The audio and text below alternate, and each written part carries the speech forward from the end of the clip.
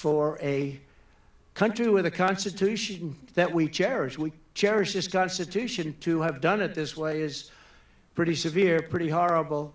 He's not even making any sense at all. What is this speech? Donald Trump just held an emergency press conference at Mar-a-Lago, and I honestly thought he was going to drop J.D. Vance, but it turned out to be the most unhinged, whiny speech I have ever seen him give in his life. Whenever he is down in the polls, he loses any shred of discipline that he has and turns into an impulsive freak, just a weirdo. Now, this first clip is Trump talking about January 6th, and he said, "Nobody has spoken to bigger crowds than me." If you look at Martin Luther King when he did his speech, his great speech, just watch the clip. It's wild. Never see the picture of the crowd. The biggest crowd I've ever spoken. I've spoken to the biggest crowds. Nobody's spoken to crowds bigger than me.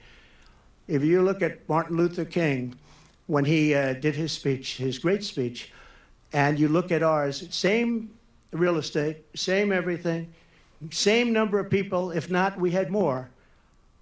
And they said he had 1 million people, but I had 25,000 people. But when you look at the exact same picture, and everything's the same because it was the fountains, the whole thing, all the way back to from Lincoln to Washington, and you look at it, and you look at the picture of his crowd, my crowd.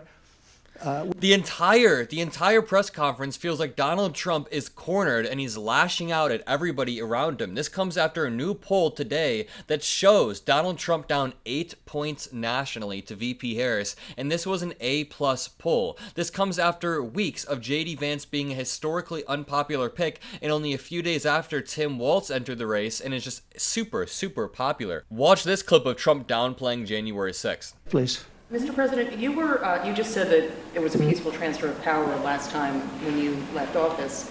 You didn't concede. January 6th was a violent attack. How was that a peaceful transfer of power? What's your question? My question is, you think that last time there was a peaceful transfer of power when you left office?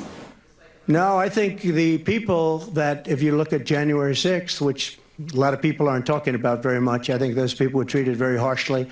When you compare them to other things that took place in this country where a lot of people were killed, nobody was killed on January 6th. People were absolutely killed on January 6th. Everything Donald Trump said during this speech was a lie, and I honestly think the entire goal might have been to recapture the headlines. He sees that VP Harris is gaining momentum in the headlines. He sees that Tim Walz is absolutely killing it on the campaign trail, and he came out hoping that CNN would air this without fact-checking, hoping that people like us would air this without fact-checking, but we're going to fact-check every single lie he says and call him out as the cognitively declining old man that he is. Here's Donald Trump lashing out at a reporter that simply asks, "Why haven't you been campaigning a lot?" Okay. Mr. President, you have not had a public campaign event for nearly a week now. Tomorrow you'll be in Montana, which is not a swing state. Some of your allies have expressed concern that you're not taking this race seriously, particularly at a time where there is enthusiasm on the other side.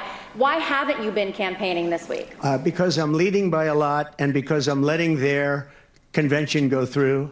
He's not leading by a lot. He's not acting like he's leading by a lot. He's panicking like he's down 8 points in the polls, and oh wait, he is down 8 points in a poll that came out today. Also, the DNC isn't for another 11 days. What is he And I am campaigning a lot. I'm doing tremendous amounts of taping here. We have commercials that are at a level I don't think that anybody's ever done before. Plus, in certain cases, I see many of you in the room where I'm speaking to you on phones, I'm speaking to radio, I'm speaking to television. Television's coming over here. Excuse me, what are we doing right now? She's not doing any news conference. You know why she's not doing it? Because she can't do a news conference. She doesn't know how to do a news conference. If she were to do a news conference, which she absolutely will in the near future, she wouldn't be melting down in front of the cameras like this. This is some of the most embarrassing stuff I have ever seen. Donald Trump claims Tim Walz is heavy into the transgender world, whatever that means.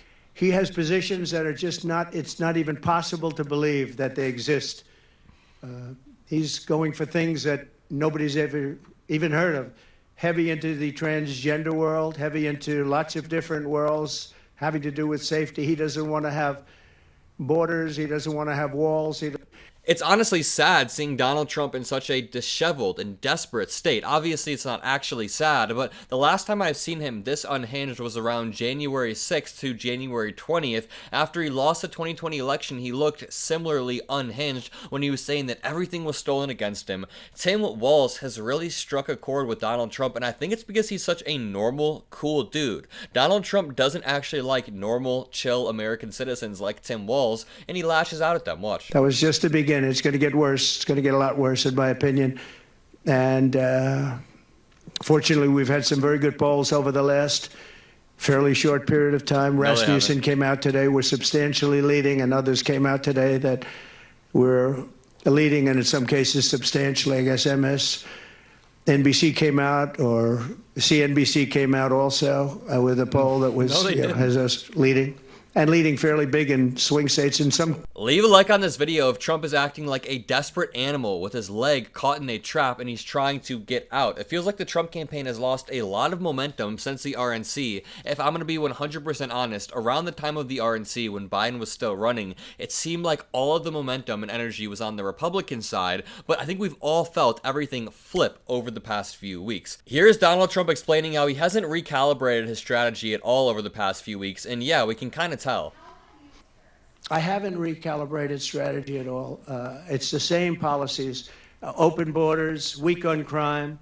I think she's worse than Biden because he got forced into the position. She was there long before. She destroyed San Francisco. She destroyed California. I don't know why they keep doing this weird thing where they strip all agency away from Biden while in the same breath acting like everything is Biden's fault. So it's not Biden's fault that he's in the White House. It's not his fault that he dropped out of the race. It's not his fault that he did this or that because he's forced. But at the same time, every single bad thing in America is Biden's fault. I mean, Donald Trump would stub his toe and then post on Truth Social about how Biden is planting too many corners around him. I don't know. Watch this clip. Tell you what, from a constitutional standpoint, from any standpoint you look at, they took the presidency away. And people were saying he lost after the debate. He couldn't win. Well, I don't know that that's true necessarily. But whether he could win or he couldn't win, he had the right to run. And they took it away. They said they're going to use. He also has the right to drop out. The 25th Amendment. They're going to hit you hard. Either we could do it the nice. I know exactly because I know a lot of people on the other side, believe it or not. And they said, we'll do it the nice way or we'll do it the hard way. And he said, all right. So that, I mean, they've really taken, what they've done is pretty incredible. And now I'm running against somebody else, and we're leading. We're leading. He is so salty that he's running against VP Harris, and it's so obvious. Also, I don't believe for a second that Trump has Democrat informants telling him stuff about what's going on behind the scenes, but isn't it just so incredibly obvious how salty Donald Trump is? Look how rough he looks in this frame. Why do his eyes just look so uneven and bloodshot? So I'm not complaining. I'm saying it's for a country with a constitution that we cherish. We cherish this constitution. To have done it this way is pretty severe, pretty horrible. He's not even making any sense at all. What is this speech? But either way, if you guys enjoyed this video, if you appreciate what I do, make sure you leave a like, make sure you comment a blue heart, hit that subscribe button. I appreciate every single one of you for being here with me while we head into one of the most high-stakes elections in American history. We are building a beautiful community, and I love that you guys get to be a part of it. Make sure you subscribe. Most importantly, have a great day. Peace out.